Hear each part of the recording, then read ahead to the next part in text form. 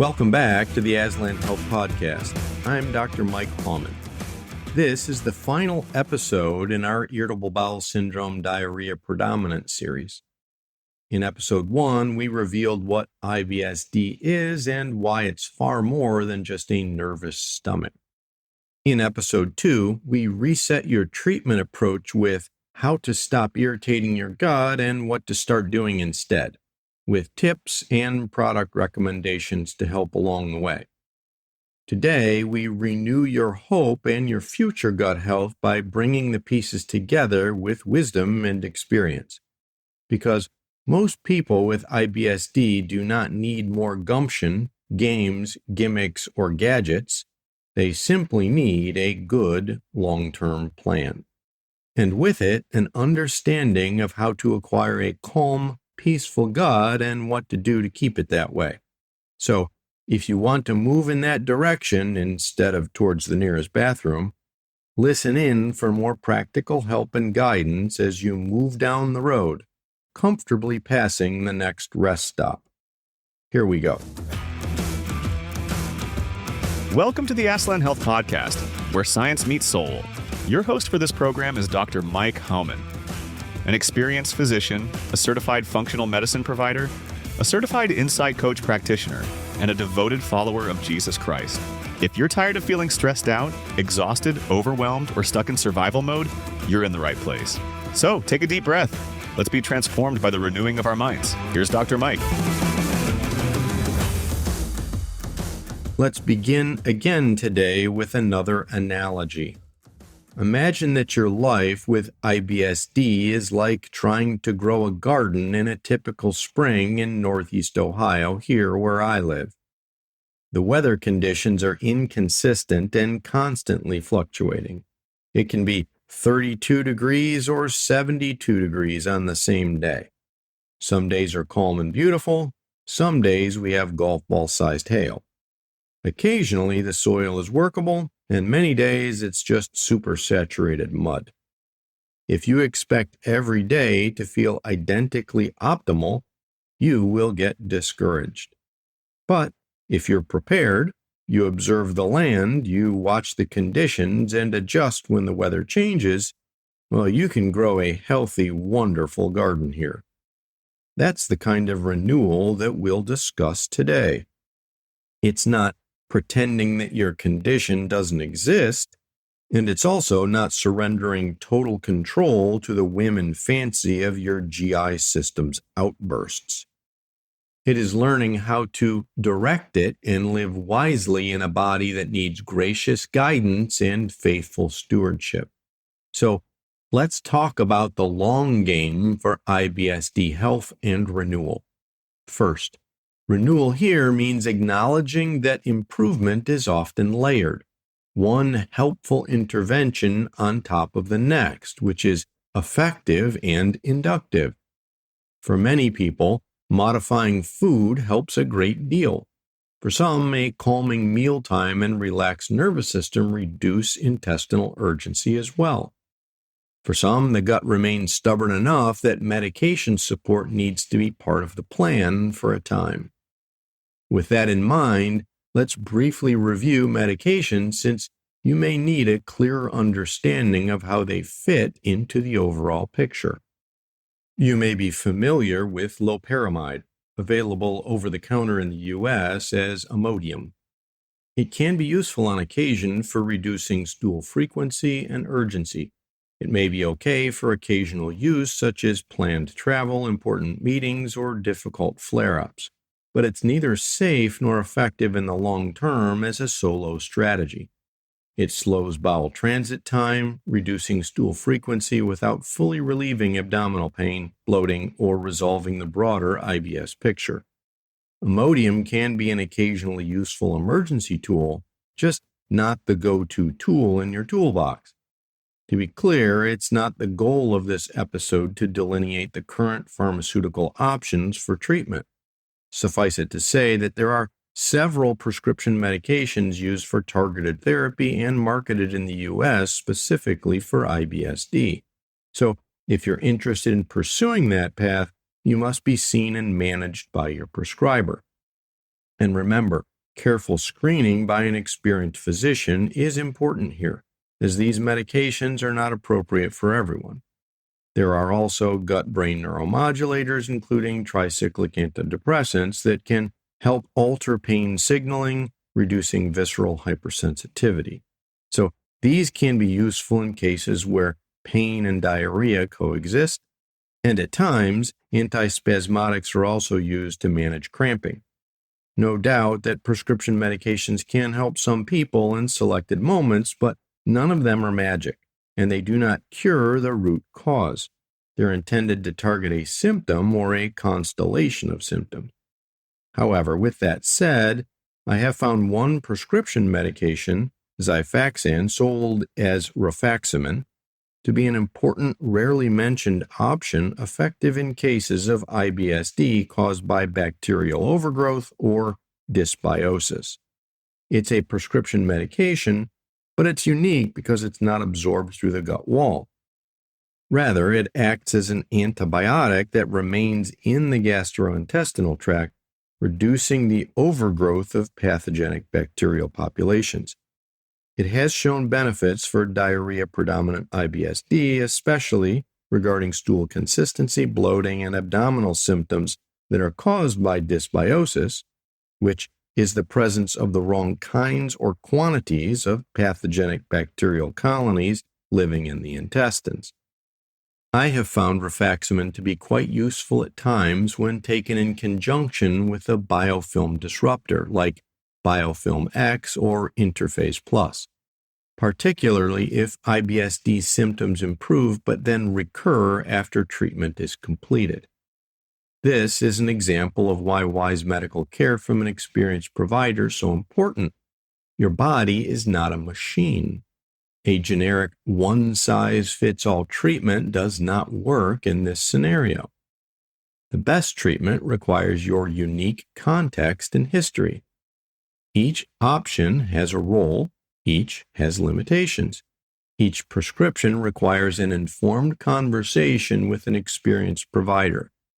Every care pathway is often as unique as the individual that it serves. Now, let me say something equally important. If your symptoms are atypical, severe, or resistant to reasonable care, do not assume that, it's just IBS-D again. Ask the pivotal question, is this truly IBS-D or something else? Authentic renewal includes honest reevaluation of the presumptive diagnosis when needed. Now, let's move beyond medication because some of the most meaningful long-term gains in IBS-D come from addressing the gut-brain conversation more directly. Things like cognitive behavioral therapy and structured gut-directed hypnotherapy, they're no longer fringe ideas. When I practiced at the Cleveland Clinic, these were established components of care for functional gastrointestinal disorders. They can reduce global IBS symptoms and abdominal pain in some who've not otherwise found relief. Why? Because, as we've already discussed, the gut and brain are already talking. These therapies can help shape and change that conversation by retraining unhelpful communication patterns. For the skeptical listener, let me put it this way. If your bowel pattern changes with stress, or your GI pain changes with anticipation, or if your urgency worsens when your inner alarm system reacts, then therapies that calm the gut-brain loop are not silly, they're sensible. I have also found that long-term transcutaneous vagus nerve stimulation is quite helpful here as well. It works by amplifying the voice of the parasympathetic nervous system so that its input can be heard amid the GI chaos, turning down the volume on your gut's alarm signaling constant danger. I also plan to do a series on vagus nerve stimulation soon, so stay tuned. Now, let's talk about supplements and non-prescription support, specifically for IBS-D. I've covered many of these in the previous gut health series, but not in detail for this condition. I have included my favorite options in the Aslan Health Dispensary protocol for IBS-D, All these products are listed in this week's Aslan Health newsletter, so please subscribe to the newsletter to get all of those details. Generally speaking, these are my supplement recommendations for IBS-D. For associated abdominal pain, peppermint oil in an enteric-coated capsule is the best choice. There are numerous double-blind, placebo-controlled studies demonstrating its efficacy. I find it's well tolerated and effective for that. Next, FODMate. It's an enzyme formula that breaks down the carbohydrates in what you eat, reducing the gas and bloating caused by bacteria doing that job for you. If you've had success with a low FODMAP diet, but find it challenging to stick to, try this product. Next, a strain-specific probiotic trial may be helpful. So I've included an effective multi-strain formula known as Restore Flora, which I find useful here as well. Next, to improve barrier function and treat leaky gut symptoms, I recommend GI Repair Powder, which supports healthy intestinal function and gut barrier integrity. Finally, if you're interested in a combination product with peppermint, a probiotic blend, and the ability to regulate bowel transit time, I recommend the product Atrantil Pro. I found it to be the most effective product in this category. Make sure you acquire the Pro variety. There you have it. Those are my recommendations. However, discernment is essential. These tools are useful, but not every useful tool belongs in every hand.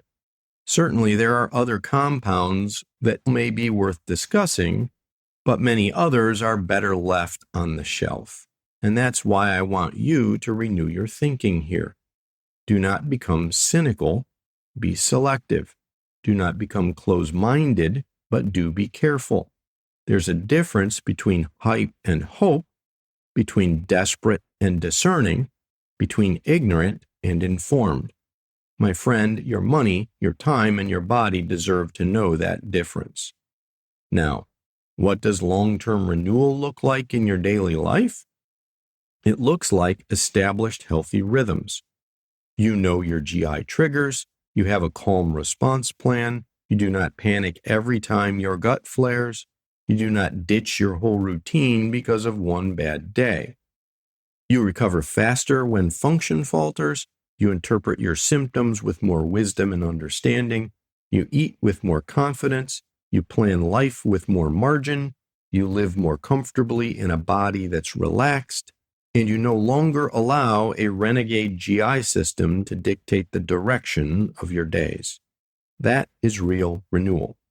It may not necessarily be a life with zero symptoms, but a life with better function, more patience, more wisdom, more peace, and more capacity.